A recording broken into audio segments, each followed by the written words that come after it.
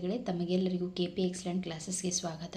ಇವತ್ತಿನ ದಿನ ನಾವು ಈ ವಿಡಿಯೋದಲ್ಲಿ 10ನೇ ತರಗತಿ ಗಣಿತ ಭಾಗ 1 ಅದರಲ್ಲಿ ಮೊದಲನೇ ಅಧ್ಯಾಯ ವಾಸ್ತವ ಸಂಖ್ಯೆಗಳು ಈ ಒಂದು ಪಾಠದ ಮೇಲಿನ 1ನೇ ಅಭ್ಯಾಸವನ್ನು ನಾವೀಗ ಆಲ್ರೆಡಿ ಬಿಡಿಸಿದ್ದೀವಿ. ಸೊ ಇವತ್ತಿನ ದಿನ ನಾವು ಅಭ್ಯಾಸ 1.2 ನೋಡೋಣ. ಅದರಲ್ಲಿ ಮೊದಲನೇ ಪ್ರಶ್ನೆ, √5 ಒಂದು ಅಭಾಗಲಬ್ಧ ಸಂಖ್ಯೆ ಎಂದು ಸಾಧಿಸಿ. ನಾನು ಇಲ್ಲಿ ಆಲ್ರೆಡಿ ಸಾಲ್ವ್ ಮಾಡಿಟ್ಟಿದ್ದೀನಿ, ಸೊ ನೀವು ಇದನ್ನು ನೋಡ್ಬೋದು. ಸೊ √5 ನಾವು ಅಭಾಗಲಬ್ಧ ಸಂಖ್ಯೆ ಅಂತ ಸಾಧಿಸಬೇಕಾದ್ರೆ ಮೊದಲು ನಾವು ಅದನ್ನು ಭಾಗಲಬ್ಧ ಅಂಥೇಳಿ ಊಹೆ ಮಾಡ್ಕೋಬೇಕು. ಅಭಾಗಲಬ್ಧ ಸಂಖ್ಯೆಯನ್ನು ಸಾಧಿಸಿ ಅಂತ ಕೊಟ್ಟದ್ದನ್ನು ನಾವು ಮೊದಲು ಭಾಗಲಬ್ಧ ಸಂಖ್ಯೆ ಎಂದು ಊಹಿಸಿಕೊಳ್ಳಬೇಕು. ನಾವು ಇದನ್ನು ಕಾಂಟ್ರಾಡಿಕ್ಷನ್ ಮೆಥಡ್ ತೊಗೊಂಡು ಇದನ್ನು ನಾವು ಸಾಲ್ವ್ ಮಾಡಬೇಕಾಗತ್ತೆ. ಸೊ ಭಾಗಲಬ್ಧ ಸಂಖ್ಯೆ ಅಂತ ಊಹಿಸಿಕೊಂಡ್ರೆ ಭಾಗಲಬ್ಧ ಸಂಖ್ಯೆ ನಮಗೆ ಗೊತ್ತಿದೆ P/Q ಫಾರ್ಮ್. ಇಲ್ಲಿ P/Q ಬದಲಾಗಿ ನಾನು ಬಳಸಿರೋದು A/B ಫಾರ್ಮ್. So √5 = A/B. ಇಲ್ಲಿ A ಮತ್ತು B ಬಿಲಾಂಗ್ಸ್ ಟು Z, ಅಂದರೆ ಪೂರ್ಣಾಂಕಗಳ ಗುಂಪಿಗೆ A ಮತ್ತು B ಸೇರಿದೆ. ಅದರಲ್ಲಿ B ಅಂದರೆ ಛೇದ 0ಗೆ ಸಮನಾಗಿಲ್ಲ ಅಂತ. ಇದು ಏನಪ್ಪ ಅಂತ ನಿಮಗೆ ಆಲ್ರೆಡಿ ಗೊತ್ತಿರುವಂಥದ್ದು ಭಾಗಲಬ್ಧ ಸಂಖ್ಯೆಯ ಒಂದು ಡೆಫಿನಿಷನ್. ನೆಕ್ಸ್ಟ್ ಈ ಬಿಯನ್ನು ಇಲ್ಲಿ ಮಲ್ಟಿಪ್ಲೈ ಮಾಡಿದಾಗ √5B = A. ಸೊ ನಾವೀಗೇನು ಮಾಡಬೇಕಾಗತ್ತೆ ಅಂತಂದರೆ ಎರಡೂ ಕಡೆ ವರ್ಗ ಮಾಡಿದಾಗ √2² ಕ್ಯಾನ್ಸಲ್ ಆಗುತ್ತೆ, 5 ಒಂದೇ ಉಳಿಯುತ್ತೆ. B² ಅಂದರೆ B² = A². ನಾವಿದರಲ್ಲಿ 5ಅನ್ನು ಈ ಕಡೆ ತೊಗೊಂಡ್ಬಂದಾಗ ಅದು ಡಿವಿಷನ್ ಆಗುತ್ತೆ, ಯಾಕಂದರೆ ಇವೆರಡರ ಮಧ್ಯೆ ಇಂಟು ಇರುತ್ತೆ. ಈ ಕಡೆ ಬಂದಾಗ ಅದು ಡಿವಿಷನ್ ಆಗುತ್ತೆ. ಸೊ ಇದೇನು ಸೂಚಿಸ್ತದಪ್ಪ ಅಂತಂದರೆ ಈ 5 A² ಭಾಗಿಸುತ್ತದೆ ಮತ್ತು ಈ 5 ಅನ್ನೋದು A ಅನ್ನು ಭಾಗಿಸುತ್ತದೆ. ಸೊ ಈ ಸಮೀಕರಣ 1, ಇದನ್ನು ನಾವು ಸಮೀಕರಣ 1 ಅಂತ ಹೆಸರಿಸೋಣ. ಈ ಸಮೀಕರಣ 1ರಲ್ಲಿ A = 5C ಅಂತ ನಾವೇನು ಮಾಡಬೇಕಾಗತ್ತೆ ಅಂದರೆ ಇಲ್ಲಿ ಸಬ್ಸ್ಟಿಟ್ಯೂಟ್ ಮಾಡಬೇಕಾಗುತ್ತೆ. ಸೊ 5C ಇದನ್ನು ಸ್ಕ್ವೇರ್ ಮಾಡಿರಿ. 5² ಅಂದರೆ 25, C² C². ಸೊ ಇದನ್ನು ಡಿವಿಷನ್ ಮಾಡಿದಾಗ 5 1 5 5 5C² ಆಗುತ್ತೆ. ಸೊ ಈ 5 ಈ ಕಡೆ ಬಂದಾಗ RHS ಇಂದ LHSಗೆ ಬಂದಾಗ B²/5 = C² ಆಗುತ್ತದೆ ಇದು. ಸೊ ಇದರ ಅರ್ಥ ಏನ್ರಿ, 5 B² ಭಾಗಿಸುತ್ತದೆ, 5 B ಅನ್ನು ಭಾಗಿಸುತ್ತದೆ.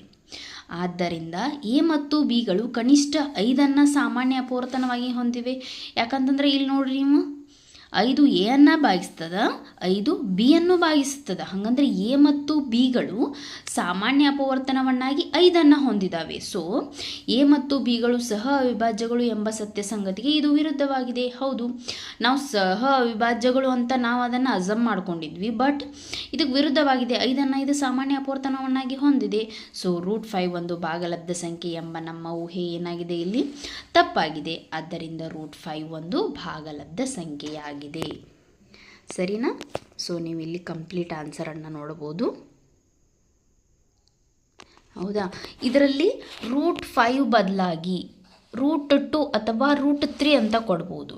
ಸೊ ಇದರಲ್ಲಿ ನಿಮ್ಮ ಎಕ್ಸಾಮ್ಗೆ ಒಂದು ಕ್ವಶನ್ ಫಿಕ್ಸ್ ಇರುತ್ತೆ.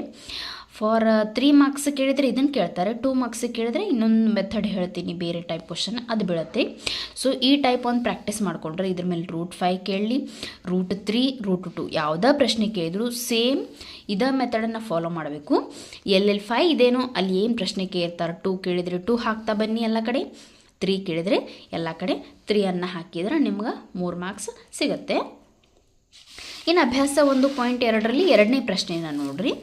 3 + 2√5 ಒಂದು ಅಭಾಗಲಬ್ಧ ಸಂಖ್ಯೆ ಎಂದು ಸಾಧಿಸಿ.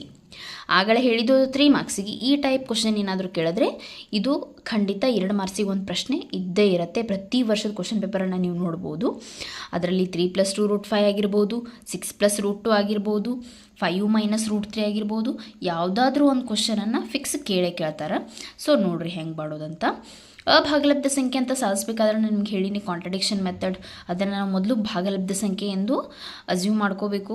ಆಮೇಲೆ ಭಾಗಲಬ್ಧ ಸಂಖ್ಯೆ ಫಾರ್ಮ್ ನಿಮಗೆ ಗೊತ್ತಿದೆ, P/Q or you can use A/B. So A, B belongs to Z, B = 0. ನಮಗೇನು ಬೇಕಾಗಿದೆ ಅಂದ್ರೆ ಈ ರೂಟ್ ಇರೋ ಟರ್ಮನ್ನು ಒಂದು ಕಡೆ ಮಾಡ್ಕೋಬೇಕು, ಉಳ್ಕಿದ್ದು ಎಲ್ಲ ಟರ್ಮನ್ನು RHS ಕಡೆ ಒಯ್ಯಬೇಕು. ಸೊ ನಿಮಗೆ ಗೊತ್ತಿರುವಂಗೆ +3 RHS ಕಡೆ ಹೋದ್ರೆ -3 ಆಗುತ್ತೆ. ಸೊ ನಾವು ಇದನ್ನು LCM ತೆಗೆದ್ರೆ A - 3B/B ಆಗ್ತದೆ. ಸೊ ಇವೆರಡರ ಮಧ್ಯೆ ಮಲ್ಟಿಪ್ಲಿಕೇಶನ್ ಇರುತ್ತೆ, ಈ 2 ಈ ಕಡೆ ಬಂದ್ರೆ ಡಿವಿಷನ್ ಆಗುತ್ತೆ. ಹೌದಾ? ಇಲ್ಲಿ 2 ಬರೀಬೇಕು. ಸೊ ಈ 2 ಈ ಕಡೆ ಬಂದರೆ ಏನಾಗುತ್ತೆ, ಡಿವಿಷನ್ ಆಗುತ್ತೆ. ಸೊ ಎ ಮತ್ತು ಬಿ ಇಲ್ಲಿ ಪೂರ್ಣಾಂಕಗಳಾಗಿರೋದ್ರಿಂದ ಎ ಮತ್ತು ಬಿ ಪೂರ್ಣಾಂಕಗಳಿಲ್ಲಿ ಆಲ್ರೆಡಿ ಬರೆದಿದ್ದೀವಿ. ಸೊ ಇದೇನಾಗುತ್ತೆ, ಈ term completely it is P/Q form ಆಗುತ್ತೆ ಅಂತಂದರೆ ಇದು ಭಾಗಲಬ್ಧ ಸಂಖ್ಯೆ ಆಗುತ್ತೆ, ಸರಿನಾ. ಆದರೆ ನಮಗೆ ಇಲ್ಲಿ ಕೊಟ್ಟಿರೋದೇನು, √5 ಏನಾಗಿದೆ, ಇದು ಅಭಾಗಲಬ್ಧ ಸಂಖ್ಯೆ ಆಗಿದೆ. ನಾವು ಆಲ್ರೆಡಿ ಹಿಂದಿನ ಕ್ವಶನಲ್ಲಿ ಇದನ್ನು ನಾವು ಸಾಧಿಸಿದ್ದೀವಿ. ಇದೊಂದು ಅಭಾಗಲಬ್ಧ ಸಂಖ್ಯೆ, ಇದೊಂದು ಭಾಗಲಬ್ಧ ಸಂಖ್ಯೆ. ಹಾಗಾದರೆ ಇದು ಅಭಾಗಲಬ್ಧ, ಇದು ಭಾಗಲಬ್ಧ ಅಂತಂದರೆ ಇದು ಸಮ ಆಗ್ಲಿಕ್ಕೆ ಹೆಂಗೆ ಸಾಧ್ಯ ಇದೆ. ಸೊ √5 ಅನ್ನೋದು ಒಂದು ಅಭಾಗಲಬ್ಧ ಸಂಖ್ಯೆ ಎಂಬ ಸತ್ಯ ಸಂಗತಿಗೆ ಇದೇನಾಗಿದ್ದರೆ ಇದು ವಿರುದ್ಧವಾಗಿದೆ. ಆದ್ದರಿಂದ 3 + 2 √5 ಒಂದು ಅಭಾಗಲಬ್ಧ ಸಂಖ್ಯೆಯಾಗಿದೆ. ಇದು ಅರ್ಥ ಆಯ್ತಲ್ವ ಮಕ್ಕಳೇ. ನೀವು ನೋಡ್ಬೋದು ಕಂಪ್ಲೀಟ್ ಆನ್ಸರ್, ಹೌದಾ. ಸೊ ನೆಕ್ಸ್ಟ್ ಕ್ವಶನ್, ಇದರಲ್ಲಿ ಥರ್ಡ್ ಮೇನ್ ಕ್ವಶನ್, ಈ ಕೆಳಗಿನ ಸಂಖ್ಯೆಗಳು ಅಭಾಗಲಬ್ಧಗಳೆಂದು ಸಾಧಿಸಿ. ಅದರಲ್ಲಿ ಮೊದಲನೇದು 1/√2. ಸೇಮ್ ಪ್ರೀವಿಯಸ್ ಕ್ವಶನ್ ಹೆಂಗಿತ್ತಲ್ಲ ಹಾಗೆ ಸಾಲ್ವ್ ಮಾಡ್ತಾ ಹೋಗೋದು. ಸೇಮ್ ಏನು ಮಾಡಿರಿ, 1/√2 ಒಂದು ಭಾಗಲಬ್ಧ ಸಂಖ್ಯೆ ಎಂದು ಊಹಿಸಿಕೊಳ್ಳೋಣ. So 1/√2 = a/b, a, b belongs to z, b is not equal to 0. Again √2 ಮಾತ್ರ ಒಂದು ಕಡೆ ಬರೋ ಥರ ಮಾಡಿರಿ. ಈ ರೂಟ್ ಏನಿದೆ ಇದು ಡಿನಾಮಿನೇಟ್ರಲ್ಲಿರೋದ್ರಿಂದ ಇದನ್ನು ನ್ಯೂಮರೇಟರ್ ಕಳಿಸ್ಬೇಕಾದ್ರೆ ಈ ಬಿ ಈ ಕಡೆ ಕಳಿಸಿ, ಎ ಈ ಕಡೆ ಕಳಿಸಿ, ಇದೇನಾಗುತ್ತೆ, ಇದು ರೆಸಿಪ್ರೋಕಲ್ ಆಗುತ್ತೆ. ಸೊ √2 ಮ್ಯಾಲೆ ಹೋದ್ರೆ ಬಿ ಮ್ಯಾಲೆ ಹೋಗುತ್ತೆ, ಎ ಕೆಳಗೆ ಬರುತ್ತೆ ರೆಸಿಪ್ರೋಕಲ್ ಮಾಡಿದಾಗ. ಸೊ ಇಲ್ಲಿ √2 ಅನ್ನೋದೇನ್ರಿ, ಇದು ಒಂದು ನಿಮಗೆ ಗೊತ್ತಿರೋ ಹಂಗೆ ಭಾಗಲಬ್ಧ ಸಂಖ್ಯೆ. ಆದರೆ ಈ b/a ಇದು P/Q ಫಾರ್ಮ್. ಅಗೇನ್ ಇದು ಏನಾಗುತ್ತೆ, ಇದು ಭಾಗಲಬ್ಧ ಸಂಖ್ಯೆ ಆಗುತ್ತೆ. ಇದು ಅಭಾಗಲಬ್ಧ ಸಂಖ್ಯೆ ಅನ್ನೋದು ಇದಕ್ಕೆ ನಮ್ಗೆ ಏನಾಗುತ್ತೆ, ಇದು ನಮ್ಮ ಊಹೆ ತಪ್ಪಾಗುತ್ತೆ, ವಿರೋಧಾಭಾಸಕ್ಕೆ ಕಾರಣ ಆಗ್ತದೆ. ಯಾಕಂದರೆ ಇದು ಭಾಗಲಬ್ಧ, ಇದು ಅಭಾಗಲಬ್ಧ. ಸೊ ಇದು ವಿರೋಧಾಭಾಸಕ್ಕೆ ಕಾರಣ ಆಗ್ತದೆ. ಸೊ 1/√2 ಒಂದು ಅಭಾಗಲಬ್ಧ ಸಂಖ್ಯೆಯಾಗಿದೆ, ಸರಿನಾ. ಸೇಮ್ ಸೆಕೆಂಡ್ ಕ್ವಶನ್, ಥರ್ಡ್ ಮೇನಲ್ಲಿ ಸೆಕೆಂಡ್ ಕ್ವಶನ್ ನೋಡ್ರಿ. 7√5 ಒಂದು ಭಾಗಲಬ್ಧ ಸಂಖ್ಯೆ ಅಭಾಗಲಬ್ಧ ಸಂಖ್ಯೆ ಅಂತ ಸಾಧಿಸಬೇಕಾಗಿದೆ. ಸೊ ನಾವೇನು ಅಸ್ಯೂಮ್ ಮಾಡ್ಕೋಬೇಕು, ಇಲ್ಲಿ ಭಾಗಲಬ್ಧ ಸಂಖ್ಯೆಯಿಂದ ಊಹಿಸಿಕೊಳ್ಳೋಣ.